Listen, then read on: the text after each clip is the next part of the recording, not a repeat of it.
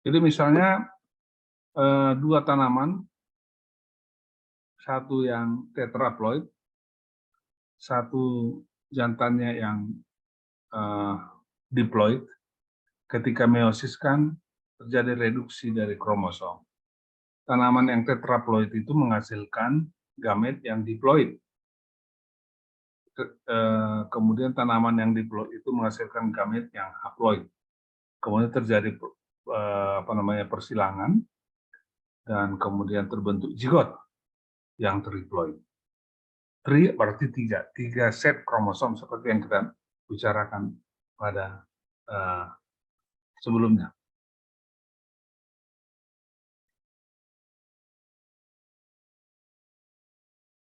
Jadi ada dua mekanisme. Pertama, kegagalan proses meiosis normal atau non-junctions, dan yang kedua persilangan antara diploid dengan yang tetraploid. Pada tanaman yang triploid, sterilitasnya tinggi. Sterilitasnya tinggi, kemandulannya tinggi.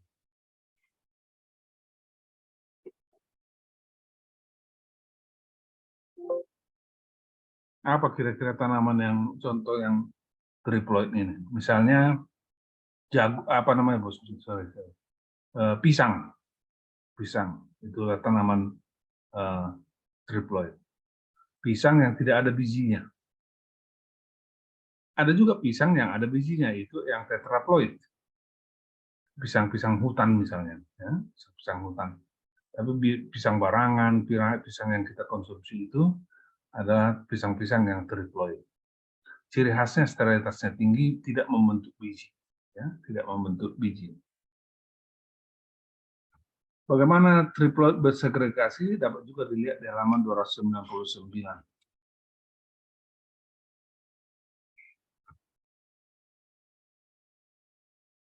Selain triploid, ada juga tetraploid, yaitu jika 4 set kromosomnya ada.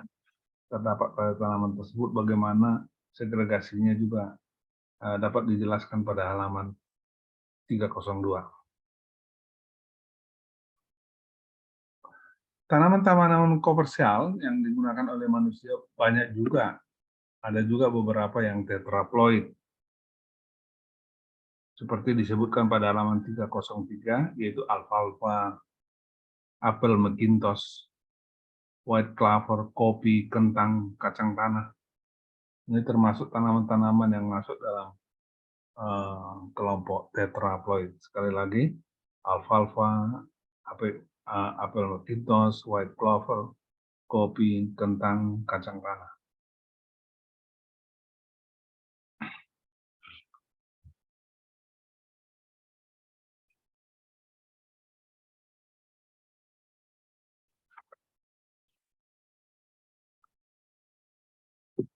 Kita lanjutkan dengan Allopolyploidy, halaman 303.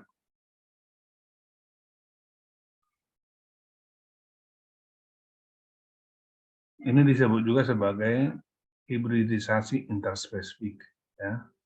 Perkawinan dua yang berbeda spesiesnya, dua spesies yang berbeda. Disebut juga interspesifik.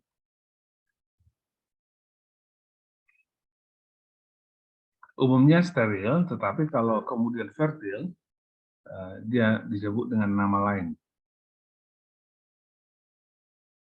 yang disebut dengan ampidiploid, halaman 304. Halaman 304, ampidiploid.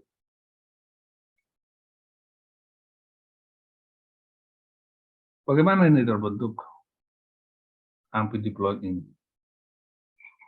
Tetua jantan misalnya, tetua betina misalnya, adalah spesies diploid A, tetua jantan misalnya spesies diploid B. Oke. Jadi dua spesies yang berbeda. Lalu terbentuk gamet-gamet, lihat gambar-gambarnya itu ya, bentuk-bentuk kromosomnya dianggap seperti itu. Kemudian terjadi persilangan. Coba lihat bahwa pada F1 itu sangat steril.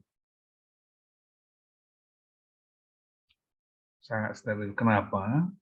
Karena setiap kromosom yang ada pada F1 itu tidak ada kromosom homolognya, tidak ada kromosom pasangannya. Kita sudah pelajari bahwa kromosom homolog itu adalah kromosom yang identik, ya, yang identik secara fisik. Kemudian digunakanlah apa yang disebut dengan senyawa kimia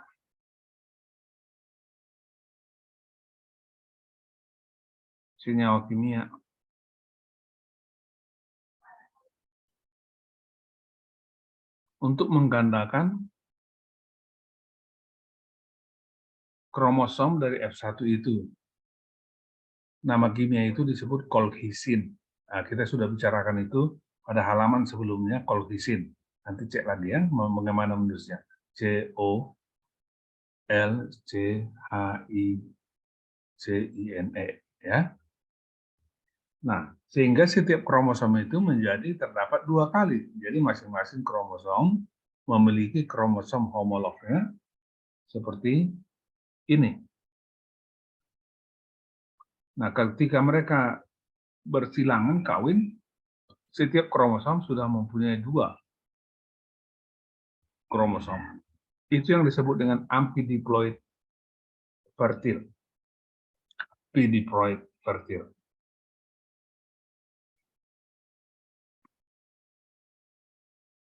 Salah satu pakar dunia yang mencoba menghilangkan 2 spesies yang berbeda itu Karpechenko. Halaman 304 itu ya, Karpechenko.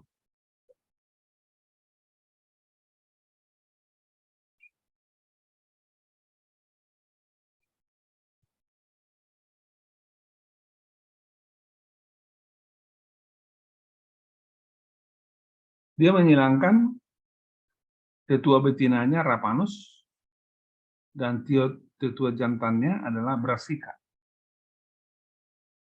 Rapanus kita tahu itu ada bit gula ya, gula Rapanus. Diploidnya 2N sama dengan 18 kromosom. Sedangkan Brassica kubis-kubisan 2N 18 juga. Artinya 2 set kromosomnya 18.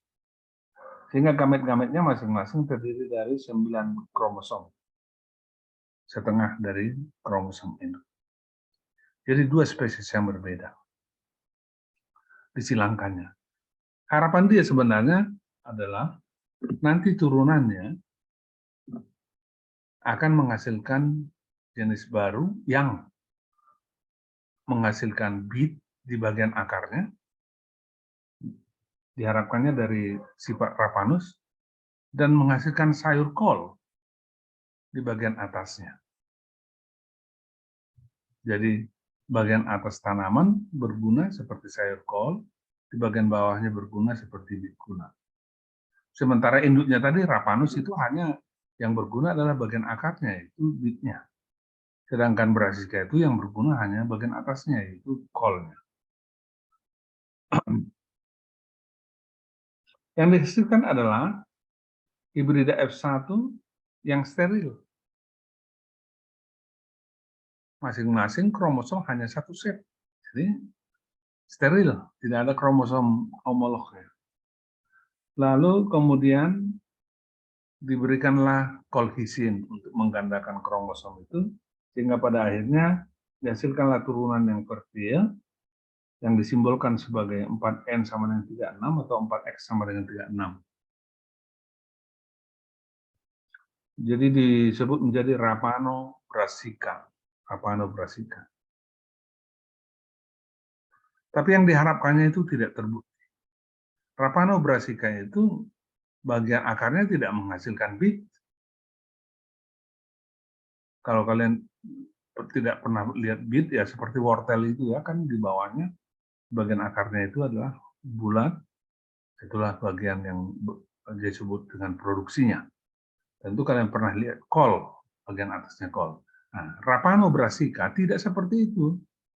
Diharapkannya sekali lagi oleh Karpechenko ini bagian bawah menghasilkan, bagian akar menghasilkan bit, bagian atas menghasilkan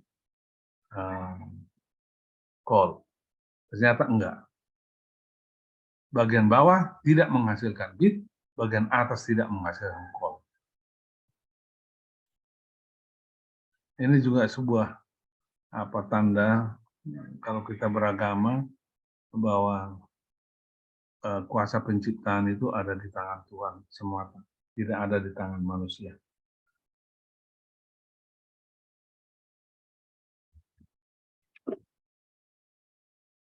Kemudian kita lanjutkan dengan aneuploidi, halaman 309. Ini aneuploidi ini, halaman 309-nya dan seterusnya.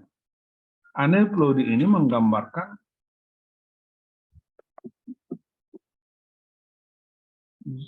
jumlah kromosom berkurang atau bertambah. Kalau tadi itu menggambarkan jumlah kromosom itu bertambah 1 set, atau 2 set, atau 3 set. Kalau ini, aneuploidi ini menggambarkan pengurangan atau penambahan jumlah kromosom. Coba lihat di halaman 310. Kalau tipe normal, dengan jumlah kromosom 2N, misalnya AA, BB, CC, ya, disebut disomi dalam keadaan normal 2N. Nah, kalau satu kurang kromosomnya, jadi berarti 2N kurang 1, disebut monosomi.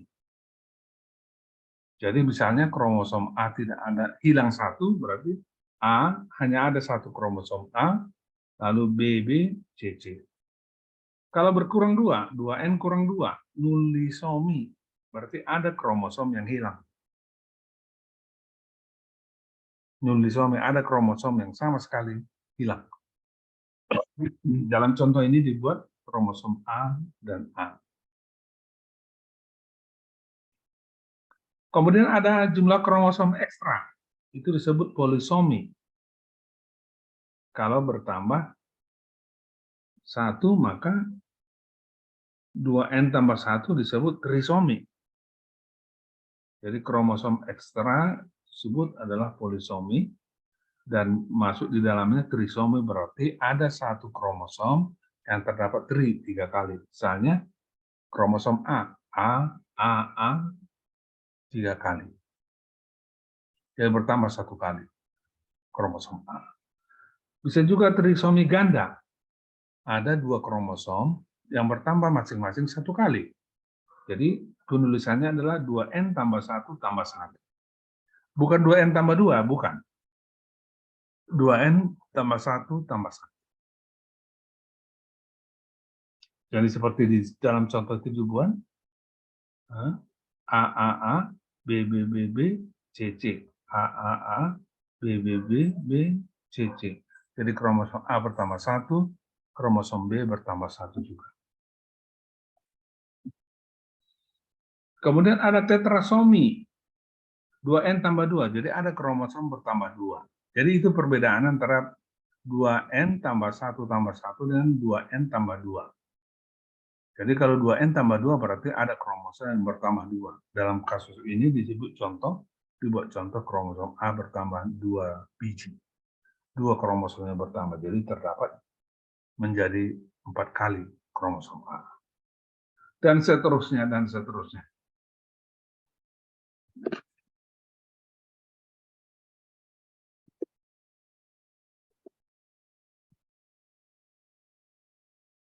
Baik, target kita kuliah hari ini habis.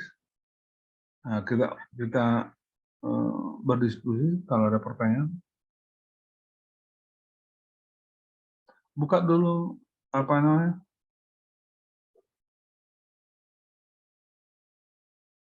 Video masing-masing.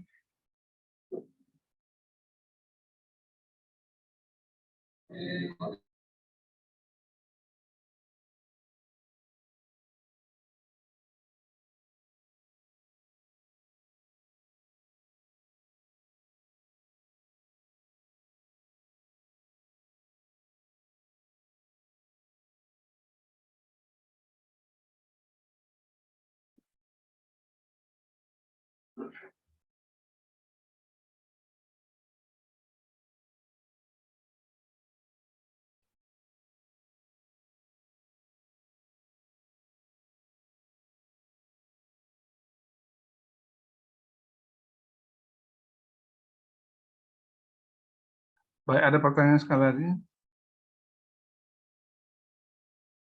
Sudah isi absensinya ya. Baik, kalau tidak ada pertanyaan, maka kita akhiri kuliah kita hari ini. Terima kasih atas perhatian kalian. Sampai ketemu minggu depan. Baik, Pak.